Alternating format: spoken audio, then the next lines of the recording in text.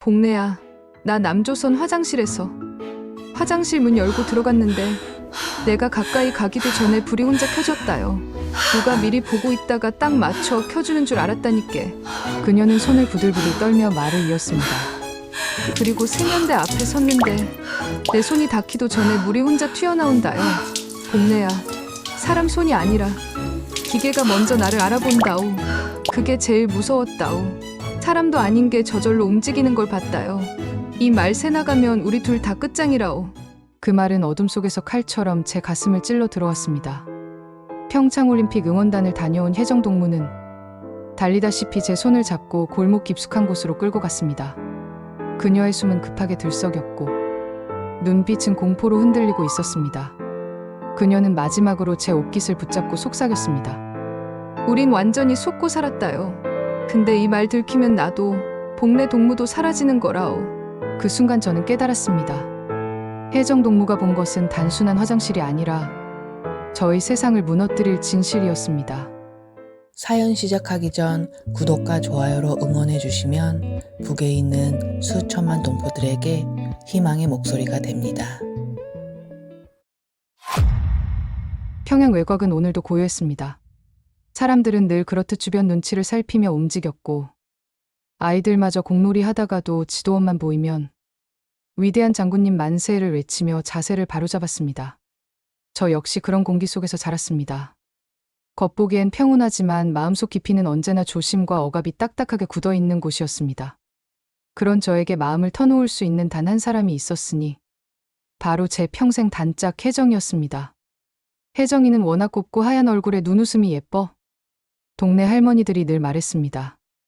아이고, 저 아가씨 보라우. 선녀가 따로 없구나. 하늘에서 잘못 내려온 기라. 그러면 저는 팔짱을 끼고 능청스럽게 말하곤 했습니다. 혜정아, 너는 선녀 맞다. 근데 나는 뭐여? 장마당에서 굴러온 돌 같은가? 그러자 혜정이는 허리에 손짓고 씩 웃으며 말했습니다. 아이고, 복래 동무는 돌이 아니라요. 평양 보물이라요, 보물. 다만 먼지가 좀 많아서 안 보이는 기다. 그 말에 저는 귀엽고 코웃음을 쳤지만 속으론 괜히 따뜻해지곤 했습니다. 그러나 그런 따뜻함 뒤에는 슬며시 올라오는 묘한 감정도 있었습니다. 주변 사람들의 칭찬을 받을 때마다 나는 늘 이 친구 그림자겠구나 하는 서늘함이 스쳤습니다. 부끄럽게도 질투와 애정이 한꺼번에 이는 이상한 감정이었습니다. 그러던 어느 날 인민반장이 들고 있던 명단을 흔들며 골목을 돌아다녔습니다. 혜정 동무 이름이 평창올림픽 응원단 선발 명단에 딱 올랐다요. 우리 인민반 자랑이라요. 동네 사람들이 난리가 났습니다. 이 골목에서도 큰 인물이 나왔구만. 오문 이 기회에 사위 하나 구해줘야지 않겠나. 이런 말들이 여기저기서 튀어나왔습니다. 저는 겉으로는 박수치며 축하해줬지만 속에서는 왠지 모르게 심장이 턱 내려앉는 느낌이 들었습니다. 자랑스러움과 걱정, 질투와 응원. 도저히 한마디로 설명하기 어려운 감정들이 한꺼번에 몰려와 마음이 묘하게 뒤틀렸습니다. 혜정은 사람들 사이를 비집고 제 손을 꼭 잡았습니다. 복래야, 나 기쁘기도 한데 심장이 자꾸 쫄딱 내려앉는다요. 남조선 쪽으로 나간다니까 그게 말처럼 쉬운 게 아니더라오. 저는 일부러 호기롭게 웃어 보였습니다. 아이 혜정아, 네 같은 얼굴이면 남조선 사람들이 줄 서서 사진 찍자 난리 날 기다. 니는 그냥 가서 미소 한 번만 날려도 다 넘어간다우. 그러자 혜정이는 잠시 웃더니 곧바로 표정을 굳혔습니다. 복래야, 지도부서 그랬다요. 우리는 보여지는 사람이라요. 남조선 가면 우리 하나하나가 조선의 체면이라오. 한 번도 실수하면 안 된다 하더라오. 그 말을 듣는 순간 제 등골을 타고 차가운 기운이 스르르 올라왔습니다. 남조선이라는 이름이 그렇게 무겁게 느껴진 적은 처음이었습니다.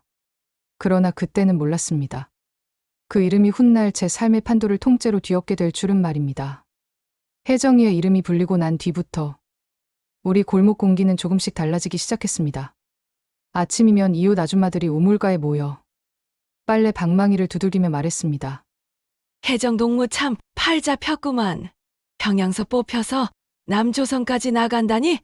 그거야말로 혁명적 행운 아니겠나. 아이, 그 집은 이제 자손 대대로 어깨 펴고 살겠다요. 그 말을 들을 때마다 이상하게 제 어깨는 더 굽어지는 느낌이었습니다.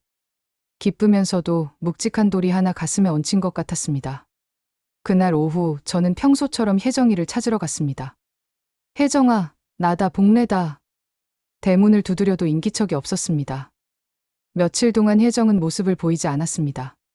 집도 골목도 장마당도 어디를 둘러봐도 보이지 않았습니다. 마치 누군가가 커다란 지우개로 그녀의 존재를 슬쩍 지워버린 느낌이었습니다. 선발됐다더니 벌써 어딘가로 끌려간 건가? 좋은 곳으로 간 건지 아니면 감시가 더 심한 곳으로 갔는지 알 수 없었습니다. 안 그래도 복잡한 마음은 날이 갈수록 더 뒤엉켜 갔습니다. 일주일쯤 지났을 때였습니다. 저녁 무렵 저는 인민반 회의장 한켠에 앉아 졸린 눈을 비비고 있었습니다. 그때 회의장 문이 스르르 열리며 누군가 들어왔습니다. 그 순간 저는 눈을 크게 뜰 수밖에 없었습니다. 혜정이었습니다. 하지만 제가 알던 그 혜정이가 아니었습니다. 피부는 눈부시게 하얘졌는데 어딘가 사람, 피부라기보다는 유리 인형 같은 느낌이었습니다. 입술은 연분홍으로 물들어 있었지만 표정 자체는 굳어 있었습니다. 눈웃음이 예쁘던 그 아이는 사라지고 완성품 하나가 걸어 들어오는 듯 했습니다. 제가 회의가 끝나자마자 달려가서 말했습니다. 야, 혜정아, 너 어디 갔다 왔나? 얼굴이 왜 이리 하얘졌나오? 밤에 달빛만 봐도 타겠다우, 이거. 그러자 혜정은 주변을 한번 훑어보고 억지로 웃으며 말했습니다. 아이 복내 동무, 그냥 좀 손질했다요. 아니, 손질이란 건 미용원 가서 머리끝 좀 다듬는 걸 말하는 거지. 이건 얼굴 전체를 아예 뜯어고친 급이라니께. 제가 농담처럼 말하자 혜정이는 웃다가도 눈가를 살짝 내리깔았습니다. 그 웃음은 예전처럼 가벼운 웃음이 아니었습니다. 마치 웃으라고 배운 미소 같았습니다. 제가 더 다가가 낮은 목소리로 물었습니다. 진짜 어디 갔다 온 거라? 며칠 동안 통 못 봤다오. 걱정이 되어 죽는 줄 알았다오. 그러자 혜정이도 작은 목소리로 속삭였습니다. 복래야, 나 얼굴에 약 바르는 훈련 받았다요. 하루 3번씩 하향하게 만드는 약을 문대는데 피부가 타들어가는 것 같아도 울면 안 된다 하더라오. 울면 정신력이 부족하다고 기록에 남는다요. 저는 농담으로 넘겨보려 했습니다. 아니, 남조선 사람들 만나러 가는 기지. 얼굴 가죽 갈아 끼우는 전쟁터 나가는 기가. 그런데 혜정은 웃지 않았습니다. 그저 허공을 한번 바라보더니 입술을 깨물고 말했습니다. 지 도원이 그러더라오. 남조선에 나가면 눈 한 번도 홀떡이지 말라요. 그 사람들은 얼굴빛만 봐도 동무들이 어떤 생각하는지 다 읽는다오. 그래서 표정 하나 흐트러지지 말고 계속 웃는 낯 유지하라며 들독갔다오. 그 말을 듣는 순간 저는 눈앞에 기묘한 장면이 떠올랐습니다. 한 줄로 쭉 서 있는 응원단 동무들, 그 앞에 서서 표정 확인하는 지도원. 7번 동무, 눈이 웃지 않는다오. 다시 하라오. 10번 동무, 입꼬리 1cm 더 올리라오. 마치 공장에서 물건을 찍어내듯 감정까지 규격에 맞게 찍어내는 풍경이 머리에 그려졌습니다. 저는 일부러 장난스럽게 말했습니다. 그러면 너네는 지금부터 사람 아니고 웃는 간판 되는 기네. 응원단 이야기보다 간판단. 그러자 혜정이 피식 웃더니 곧바로 표정을 가라앉혔습니다. 그리고 조용히 말했습니다. 복래야, 우리 지도원 한 명이 그러더라요. 너그들은 평양에서 태어난 게 아니라 당에서 만든 상품이다오. 남조선에 나갈 땐 상품 포장 뜯기지 않게 조심하라오.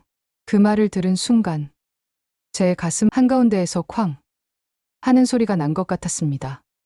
친구를 향한 자랑스러움과 부러움은 어느새 걱정과 불안으로 모습을 바꾸고 있었습니다. 저 아이 정말 괜찮은 걸까? 이 길이 정말 축복일까? 아니면 그날 밤 집으로 돌아오는 길에 평양 하늘을 올려다보았습니다. 별은 늘 보이던 그 별이었습니다. 하지만 제 마음속 평양은 조금씩, 아주 조금씩 금이 가기 시작했습니다. 혜정아, 정말 잘 다녀올 수 있겠지? 누가 듣기라도 할까 속으로만 중얼거리며 저는 밤길을 서둘러 걸어갔습니다. 평창올림픽이 시작됐다는 소식은 라디오와 선전 방송을 통해 귀가 닳도록 들었습니다. 우리 공화국의 미녀 응원단이 남조선에 나가 온 세상을 감동시키고 있다. 이 같은 말이 하루에도 몇 번씩 흘러나왔습니다. 사람들은 혜정이를 떠올리며 수군거렸습니다. 우리 골목 혜정 동무도 지금 화면 어딘가에 나오는 거 아니? 저기 화면 뒤쪽에 지나가는 저 그림자도 혜정 동무 같구만. 솔직히 말해 그 수군거림을 들을 때마다 제 마음 어딘가에서는 작은 돌멩이 하나가 똑 떨어지는 느낌이 들었습니다. 아, 이제 저 친구는 나와 사는 세계가 달라졌구나. 그래도 저는 스스로를 달랬습니다. 괜히 질투는 무슨. 친구 잘 되는 건 좋은 일이다. 입으로는 그렇게 말했지만 속으로는 알 수 없는 허전함이 자꾸 밀려왔습니다. 올림픽이 끝나자 동네 사람들은 하나둘씩 말했습니다. 이제 곧 혜정 동무 돌아오겠구만. 그 말에 저는 괜히 심장이 빨리 뛰었습니다. 하지만 하루, 이틀, 일주일 길어지는 침묵 속에서 혜정이의 집은 늘 굳게 닫혀 있었습니다. 대문 앞에는 군복을 입은 사람들만 들락거렸고 이웃들은 눈치를 보며 괜히 그쪽으로 시선을 돌리지 않으려 애썼습니다. 검열 들어갔구만. 한 아주머니가 빨래를 널다가 누구에게 들킬까 싶어 목소리를 낮추며 말했습니다. 바깥 공기 맞고 오면 사상이 흔들렸는지 눈빛이 바뀌었는지 말 한마디라도 이상한 거 없는지 다 들춰본다더라우. 그 말을 듣는 순간 저는 가슴이 서늘해졌습니다. 웃는 법을 배워나갔는데 이젠 웃은 대가를 검사받는구나. 얼마 후 어느 저녁 인민반 회의가 있던 날이었습니다. 늘 그렇듯 성과를 총화한다는 말로 시작하는 지루한 시간 중 하나였습니다. 지도원은 식량 사정, 충성심, 별로 새로울 것 없는 이야기를 반복했고 사람들의 표정도 마치 복사한 듯 똑같이 굳어 있었습니다. 그때 회의장 문이 조심스럽게 열렸습니다. 모두의 시선이 문 쪽으로 향했습니다.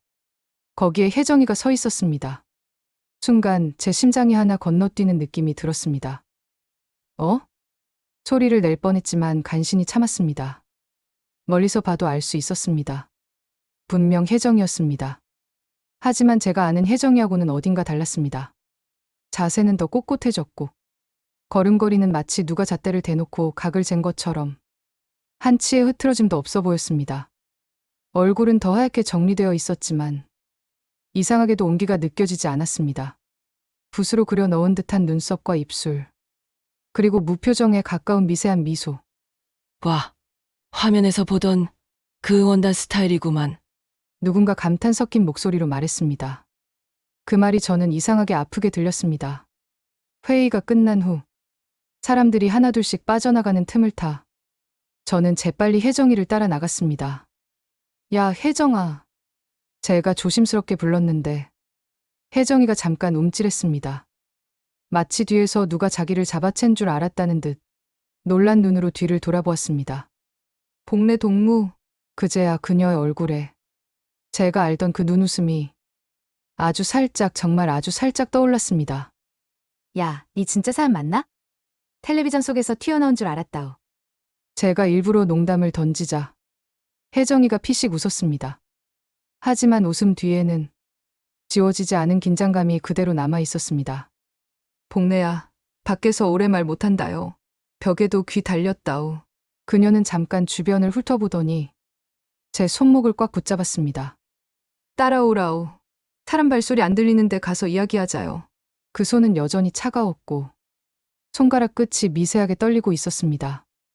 우리는 인민반 건물 뒤편, 창고와 쓰레기 더미 사이, 사람들이 거의 얼씬도 하지 않는 좁은 골목으로 들어갔습니다. 멀리서 개 짖는 소리와 낡은 난로에서 나는 연기 냄새만이 따라왔습니다.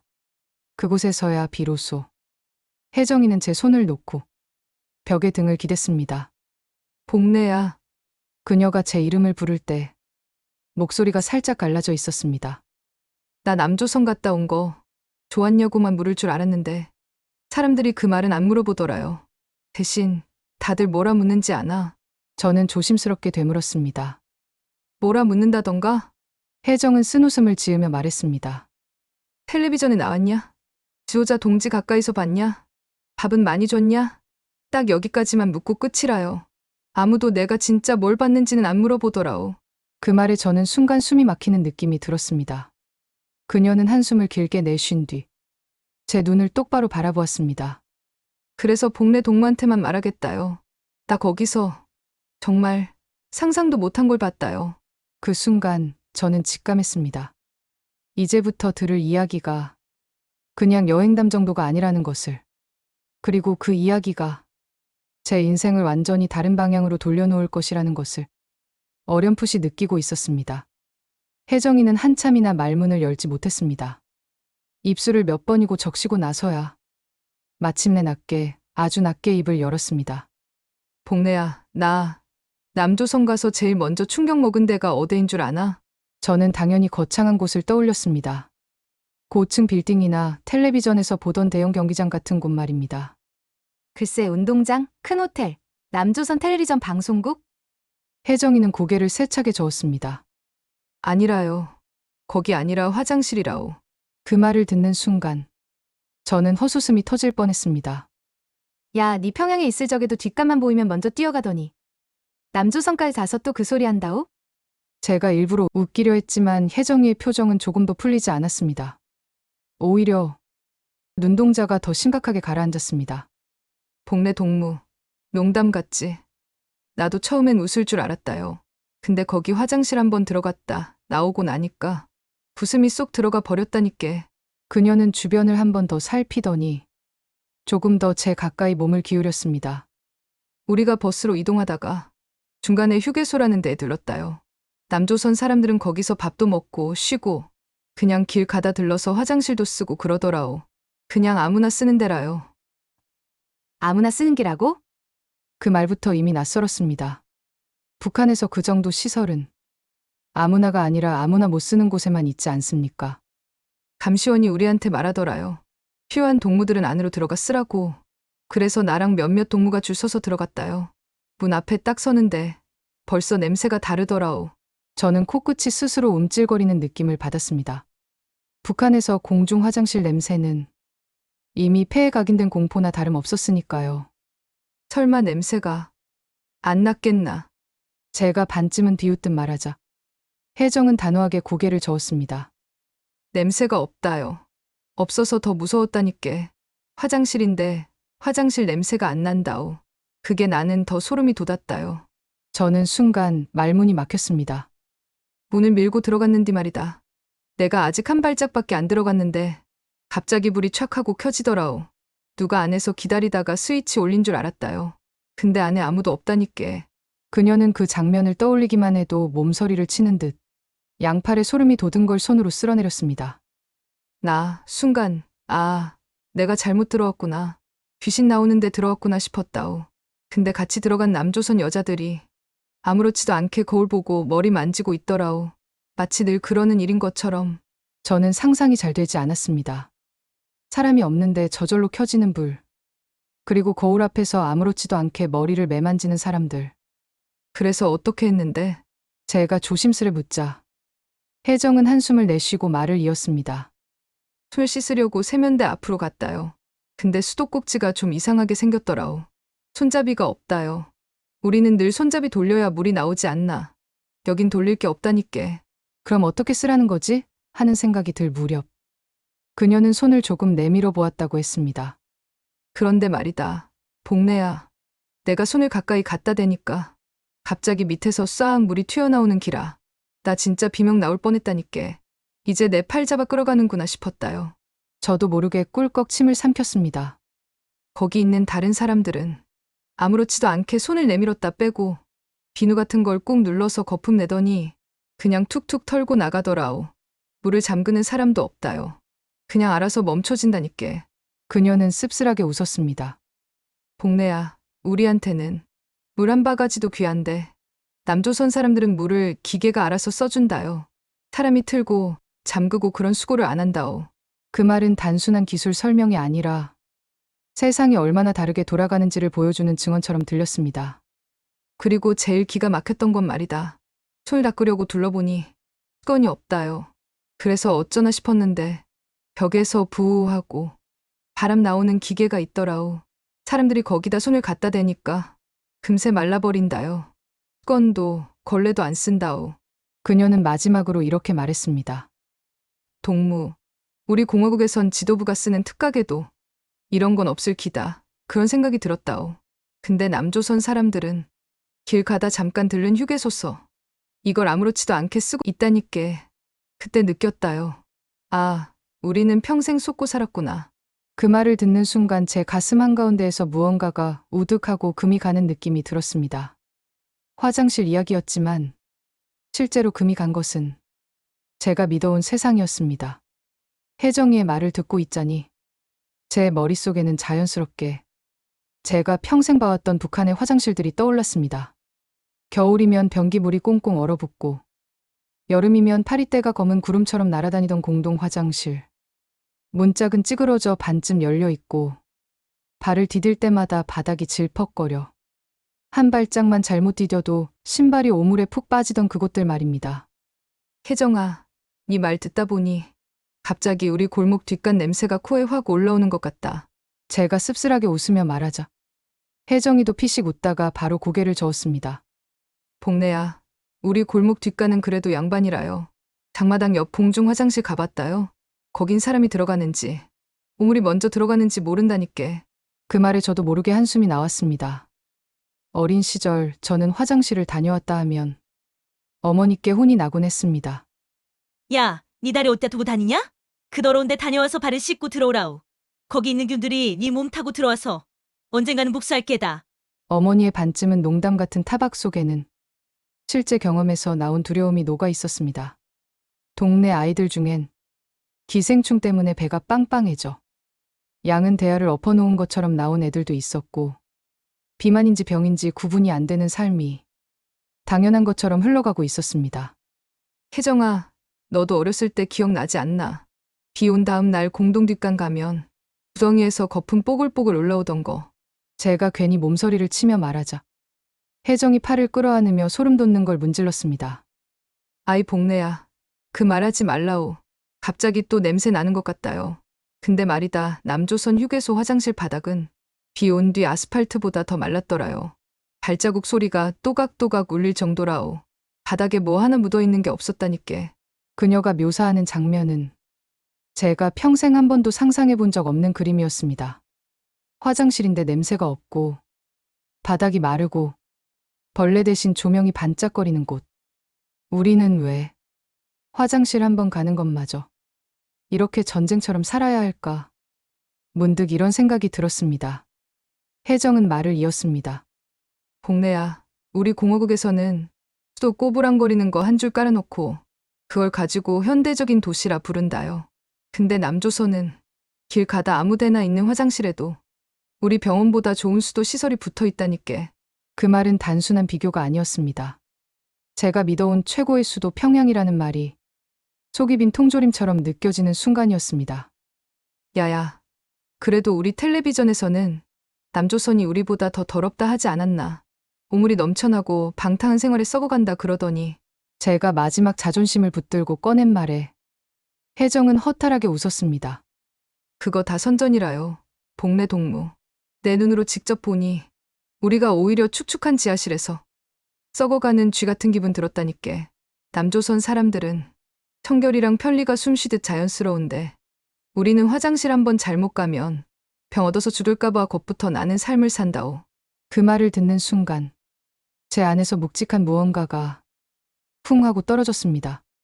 지금까지 저는 먹을 것, 돈, 집 이런 부분에서만 우리가 조금 부족하다고 여겼습니다. 그래도 우리는 사상이 있고 그 사람들은 타락했다는 말을 어느 정도는 믿고 있었습니다.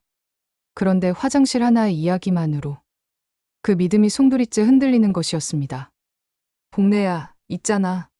혜정이 갑자기 목소리를 더 낮췄습니다. 남조선 휴게소 화장실은 지도부 전용 특각 화장실도 아니고 외국인 호텔도 아니고 그냥 길 가다 누구나 들어가는 데라요. 근데 그 수준이 우리 평양에서 제일 잘 나간다는 특각 소문보다도 더 좋더라오. 그녀는 마지막으로 이렇게 덧붙였습니다. 그때 깨달았다요. 우리가 자랑하던 최고라는 말이 사실은 아주 작은 웅덩이 안에서 제일 높다고 떠드는 개구리 소리였다는 걸. 그 말을 듣자 제 머릿속에서 평양의 화려한 선전화들이 하나둘씩 찢겨 나가는 듯했습니다. 그럼 나는 지금까지 뭘 믿고 살아온 거지? 그날 밤 저는 집에 돌아와 문을 조심스레 걸어 잠그고 방 한가운데 멍하니 앉아 있었습니다. 밖에서는 개 짖는 소리가 들리고 옆집 라디오에서는 여전히 우리 공화국은 인민을 위한 천국이라 외치고 있었지만 제 가슴속 어딘가는 이미 그 문장을 받아들이지 못하고 있었습니다. 화장실 이야기 하나가 이렇게 사람의 머리와 가슴을 뒤집어 놓을 줄 그때까지는 저도 상상하지 못했습니다.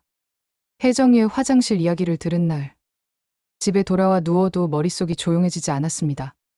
눈을 감으면 남조선 휴게소라는 곳의 깨끗한 바닥, 혼자 켜졌다 꺼지는 불빛, 사람이 손대기도 전에 흐르는 물이 머릿속에서 반복 재생되었습니다.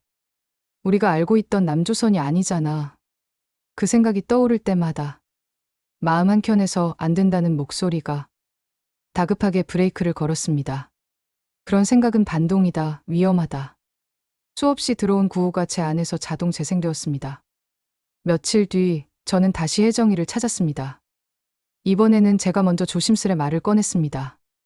혜정아, 그 화장실 이야기. 그 뒤로는 또 뭐 봤나?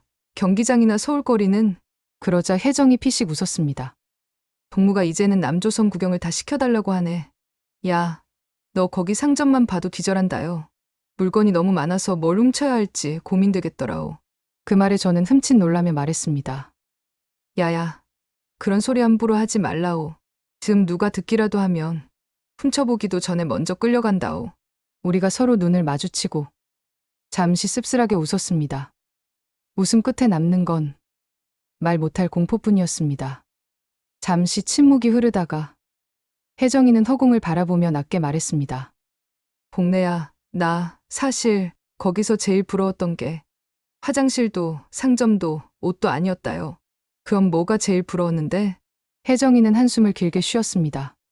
사람들 얼굴이라. 그 말이 너무 뜻밖이라 저는 잠시 말을 잃었습니다. 얼굴? 응. 남조선 사람들 얼굴에는 내가 내 삶을 고른 사람들 표정이 있다요. 누가 뒤에서 감시하는 눈이 아니고 자기가 가고 싶은 데 가고 먹고 싶은 거 골라 먹는 것처럼 보였다니까. 그녀는 손등으로 자기 얼굴을 한번 쓸어내리며 말했습니다.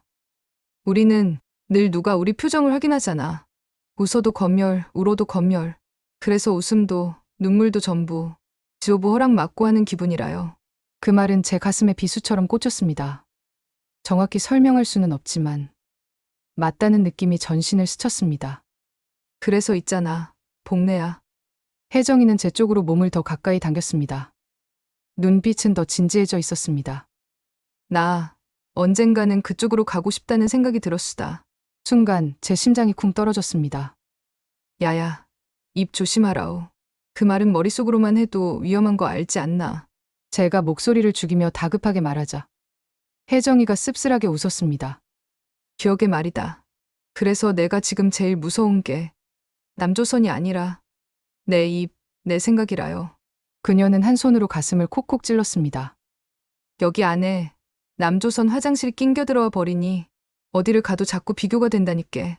물을 틀어도 뒷간을 가도 길을 걸어도 저기랑은 다르다는 생각이 안 떠난다오. 저는 갑자기 화가 치밀어 올라 괜히 목소리를 조금 높였습니다. 그래도 여기가 우리 조국이다오. 우리가 발 붙이고 사는 땅이지 않나. 그 말은 애국심이라기보다 마지막 안전장치를 붙들고 싶은 초조한 몸부림에 가까웠습니다. 혜정이는 잠시 저를 바라보다가 고개를 천천히 저었습니다. 복래야, 조국이란 게 땅만 가리키는 말이라면 맞는 말이디. 근데 사람 숨을 틔워주는 데가 조국이면 나는 거기서 처음 숨 한 번 시원하게 쉬어본 것 같다오. 그녀는 아주 조용히 그러나 또렷하게 말했습니다. 남조선은 적국이 아니라 사람들이 사람답게 사는 나라 같았다요. 그 말이 떨어지는 순간 저는 반사적으로 주변을 둘러봤습니다. 담장 너머 전봇대, 전깃줄 위에 앉아있는 까마귀조차도 우릴 엿듣고 있는 것 같은 기분이 들었습니다.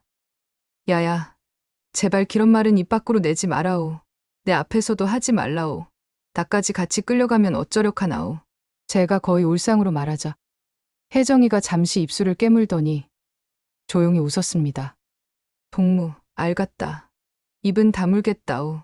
대신 마음은 어디에 두고 살아야 할지 이제는 나도 잘 모르겠다오. 그녀의 마지막 말은 장난스러운 농담처럼 들리면서도 어딘가 깊은 절망이 배어 있었습니다. 그날 집으로 돌아오는 길에 저는 일부러 다른 생각을 하려 애썼습니다. 내일은 또 생활총화 있고 식량 배급이 어떻다 저떻다 말이 나올 테니 지금 이런 생각하는 건 사치다. 그러나 머릿속에서는 자꾸만 두 단어가 맴돌았습니다. 남조선, 조국. 어느 쪽이 정말 사람 사는 곳일까? 그 질문은 익숙한 골목을 걸어가는 제 발걸음을 이상하게 낯설게 만들었습니다. 혜정이하고의 대화가 있던 날 이후로 제 안에서는 눈에 보이지 않는 균열이 점점 더 벌어졌습니다. 겉으로 보이는 삶은 늘 같았습니다. 아침이면 물 길어오고 낮에는 장마당에 나가 자질구레한 것들을 팔고 저녁이면 어머니와 마주 앉아 숭늉에 가까운 밥을 떠먹는 하루의 반복이었습니다. 그런데 같은 하루가 아니었습니다. 이제 제 머릿속에는 늘 한 문장이 함께 떠다녔습니다. 남조선은 사람답게 사는 나라 같았다요. 그 말이 마치 속에 박힌 가시처럼 조금도 빠질 생각을 하지 않았습니다. 어느 날이었습니다. 겨울 끝자락이라지만 바람은 여전히 매서웠습니다.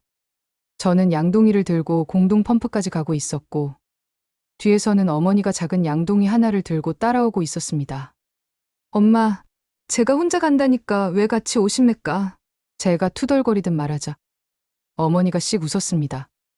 야야, 늙은 다리도 좀 움직여야 안 굳는다오. 그리고 둘이 같이 가야 덜 춥다오. 그 말이 괜히 짠했습니다. 펌프 앞에 도착해 몇 번이고 손잡이를 밀었다 당기는데 물이 쉽게 나오지 않았습니다. 얼었는지 수압이 약해졌는지 끙끙 소리만 나고 물이 겨우 한 줄기 떨어졌습니다. 에구, 이놈의 수도는 사람을 돕는 게 아니라 사람 힘을 다 빨아먹는다카. 어머니가 농담처럼 내뱉은 말에 저는 순간 혜정이의 목소리가 겹쳐 들렸습니다. 복내야, 거긴 물이 사람 부려먹는 게 아니라 사람을 도와준다요. 손잡이를 누르던 제 손에 힘이 스르르 빠지는 느낌이 들었습니다. 며칠 지나지 않아 어머니가 갑자기 쓰러졌습니다. 추운 방에서 식사도 제대로 못 드시던 어머니는 결국 버티지 못하고 기침을 하다가 몸을 가누지 못하고 의자에서 미끄러져 내렸습니다. 엄마! 저는 허겁지겁 어머니를 부축해 허름한 진료소로 끌고 갔습니다.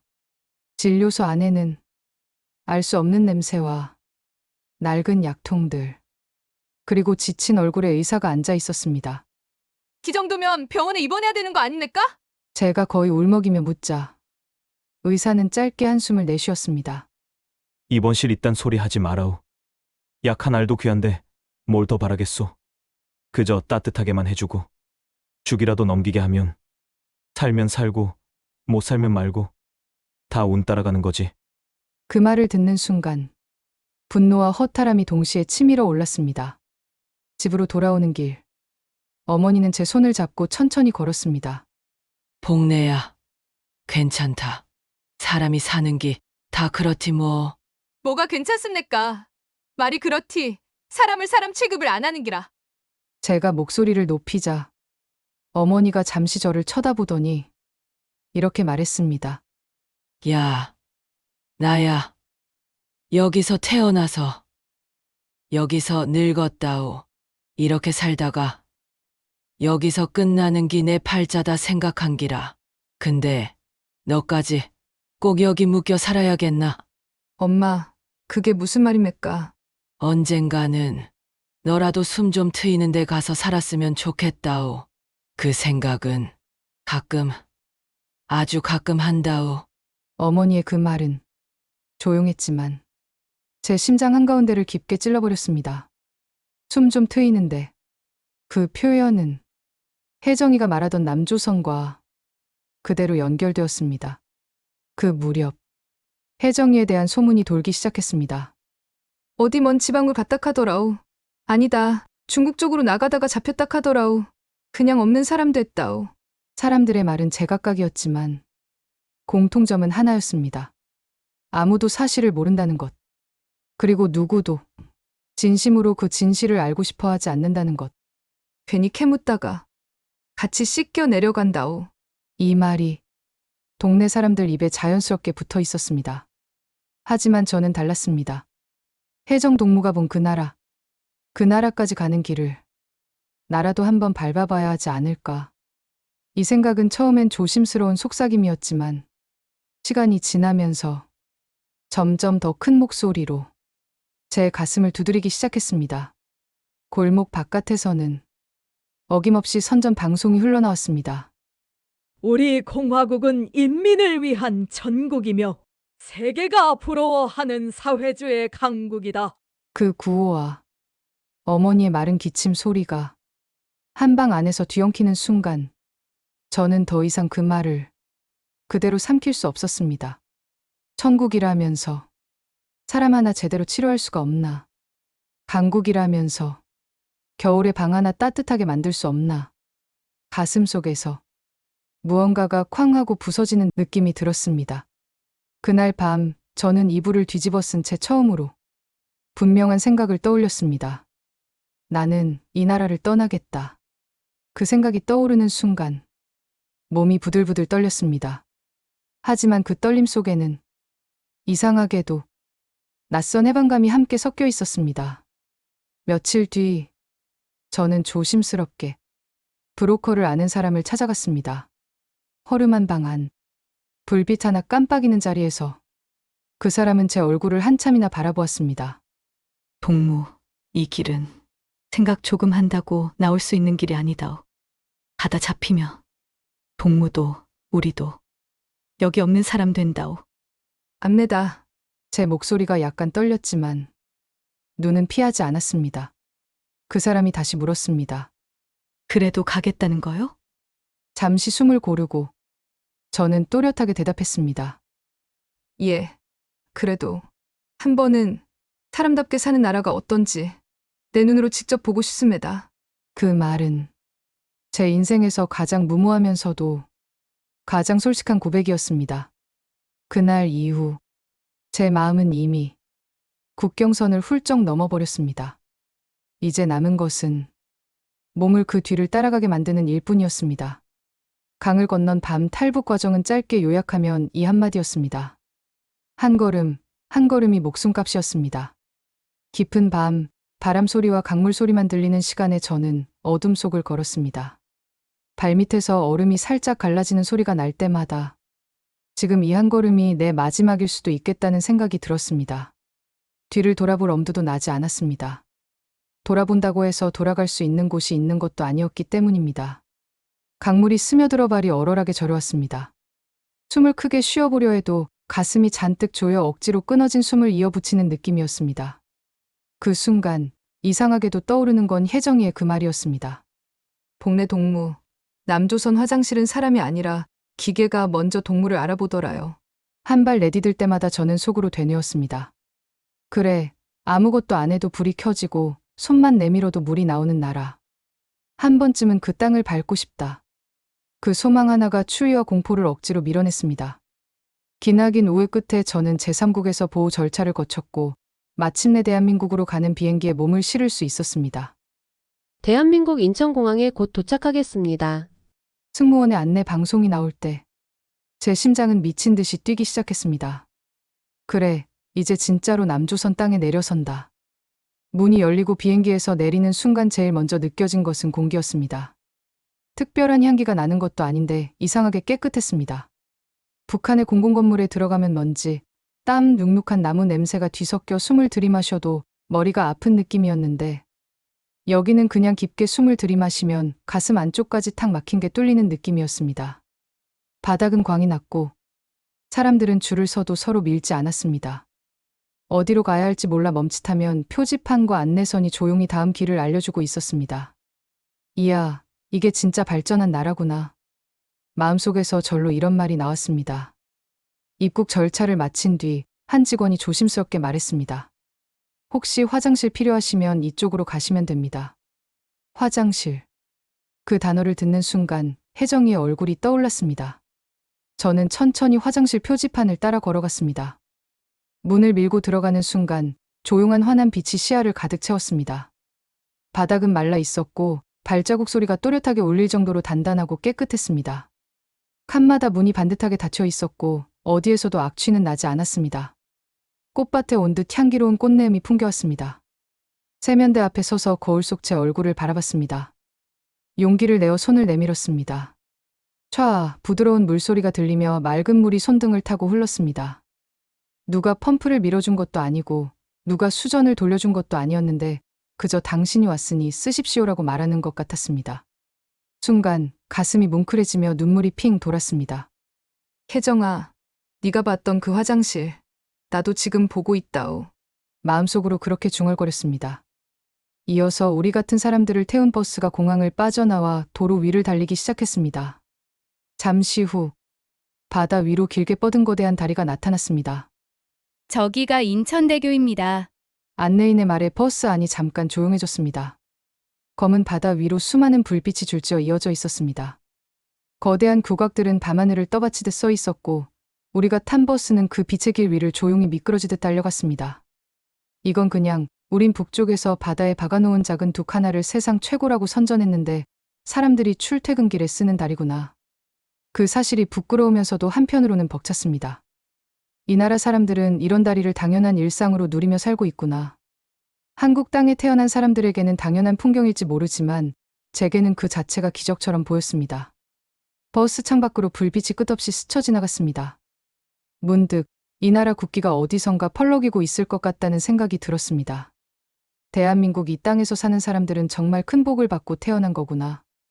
그리고 이제는 저도 그 복을 늦게나마 붙잡게 되었다는 사실이 가슴 깊이 밀려왔습니다. 저는 조용히 두 손을 꼭 모았습니다. 이 나라에서만큼은 사람답게 살겠습니다. 숨막혀 죽지 않고 눈치만 보다가 사라지는 인생 말고 당당하게 사람답게 살겠습니다. 그 다짐과 함께 제 인생의 두 번째 장이 조용히 그러나 분명하게 펼쳐지고 있었습니다. 이번 이야기가 누군가의 가슴에 조금이라도 용기나 위로가 되었으면 하는 바람입니다. 이곳은 시대가 남긴 목소리를 기록하는 곳 분단의 기록입니다. 감사합니다.